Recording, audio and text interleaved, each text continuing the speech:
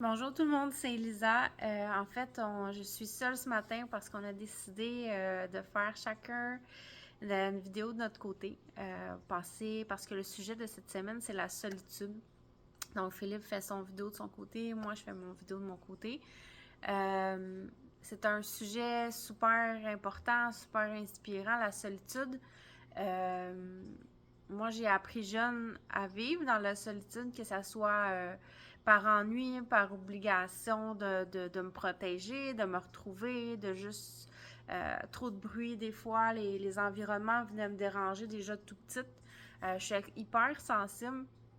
Donc, la solitude, pour moi, c'est un réconfort. Puis en même temps, c'est une connexion à plus grand, à plus fort que nous. Juste ce matin, j'ai pris un bain, j'ai lu, j'ai pris le temps de me ressentir, de, de voir ce qui était là en moi, de comment je me sens, de qu'est-ce que j'ai envie de faire, d'être aujourd'hui. Puis en fait, on a le pouvoir dans ce moment-là avec nous-mêmes de nous donner, de nous apporter ce qu'on a de besoin.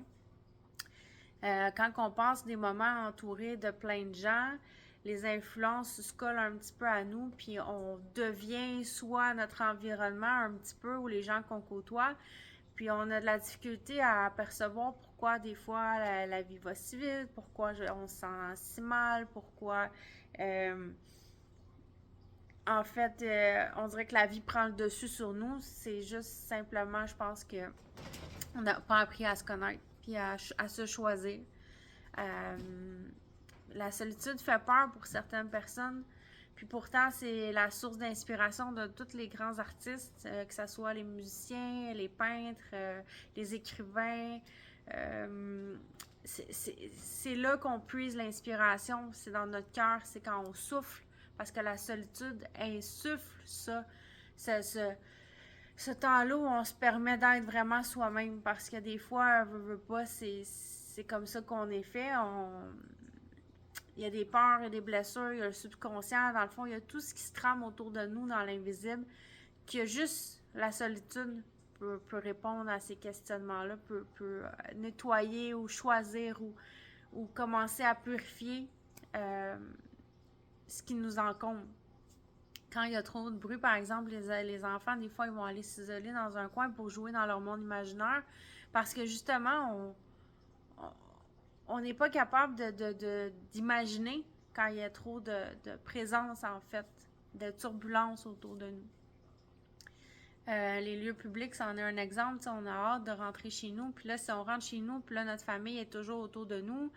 Moi, j'ai eu 3 enfants. Je sais bien que j'avais besoin d'avoir mes temps pour moi. J'allais marcher. C'est ciao bye. Là, je m'en vais marcher. J'ai besoin de sortir avec le chien. J'ai besoin de prendre du temps pour moi, pour me ressentir, pour respirer, pour être une personne agréable avec les autres, pour voir qu'est-ce que j'ai à apporter à l'autre personne. Si j'ai rien à apporter, j'ai pas de passer de temps avec moi-même, c'est impossible d'arriver à l'autre puis de commencer à tout lui donner le meilleur de moi quand je me le suis pas donné à moi-même. À commencer à savoir qu'est-ce qui me fait du bien. En ayant pris le temps, j'ai été longtemps à la maison avec les enfants par inspiration peut-être ou par cœur. Par mon cœur voulait être avec eux puis leur transmettre des valeurs puis prendre le temps de ne pas être pressé, de donner le temps au temps. Puis c'est là que j'ai appris le plus à respecter le rythme, de pas presser les choses, pas presser les moments. Puis j'ai commencé à peinturer sur les murs, à me dire, bon ben là, c'est comme ça, qu'est-ce que je fais de ma journée? Mon enfant me regarde, puis j'ai envie de tout lui donner. Qu'est-ce que je peux faire? Qu'est-ce que je peux faire pour rendre ça amusant?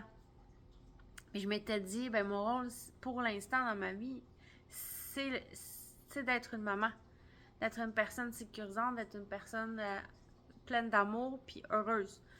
Fait que là, j'ai appris à faire des bijoux, à faire de la peinture, à créer des jeux, à inventer et aller chercher des recettes de cuisine, tout pour agrémenter mon moment présent. Puis c'est grâce aux enfants que j'ai réussi à trouver toutes ces clés-là, que ça soit d'écrire le matin, euh, d'aller marcher, justement parce qu'il y avait un trop-plein.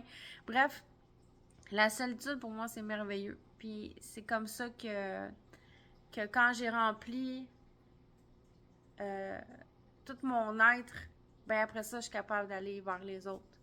Je dis pas qu'il faut tout le temps être seul, c'est pas vrai, parce que les autres sont une source d'inspiration, mais ce qui est en nous se reflète à l'extérieur. Fait qu'à se demander, des fois, notre journée, elle ressemble. Pourquoi elle ressemble à ce qu'elle ressemble? Ben, c'est parce que c'est nous qui la créons avec ce qu'on porte, avec l'énergie qu'on porte. Donc, si on est toujours dans le mouvement puis dans l'énergie de ce qui nous entoure, ben, on n'est pas vraiment ancré en nous. Fait que ce moment de solitude-là, dans le fond, c'est une connexion. Une connexion à notre être, hein? Cœur, corps, esprit, tout aligné. Fait que c'est ça que j'avais envie de dire pour l'instant, parce qu'on s'est dit qu'on faisait un 5 minutes chacun sur la solitude, mais mon Dieu que ça fait du bien, cette énergie-là. Puis peut-être ce que je vous dirais, c'est de ne pas percevoir ça négativement. En fait, c'est un cadeau, puis c'est souvent un moment de changer la roue qui tourne, d'aller chercher des nouveaux objectifs, des nouveaux rêves, des nouveaux amis, c'est là qu'on voit, ok, ça j'aime ça j'aime plus ça me convient, ça me convient plus. Puis c'est un moment aussi de gratitude, de prière, de remerciement envers la vie pour tout ce qui est là parce qu'on nous entend. Puis moi, la solitude, c'est souvent un moment de connexion avec l'univers. Et d'ailleurs, ben là, je vais aller dans la nature marcher parce que j'ai vraiment besoin de ce moment-là. Ça me permet d'être en paix. D'être en paix. C'est important d'être en paix.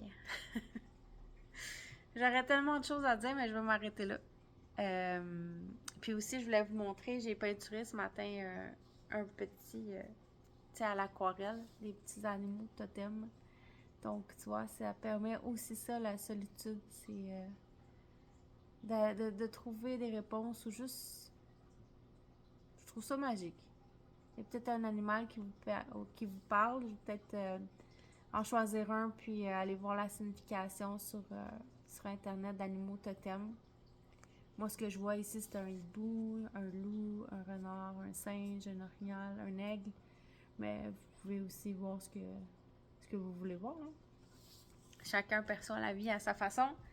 Fait que je vous souhaite des bons moments avec vous-même, de voir la personne merveilleuse que vous êtes. Puis, ben c'est ça. Je vous dis bye. Merci.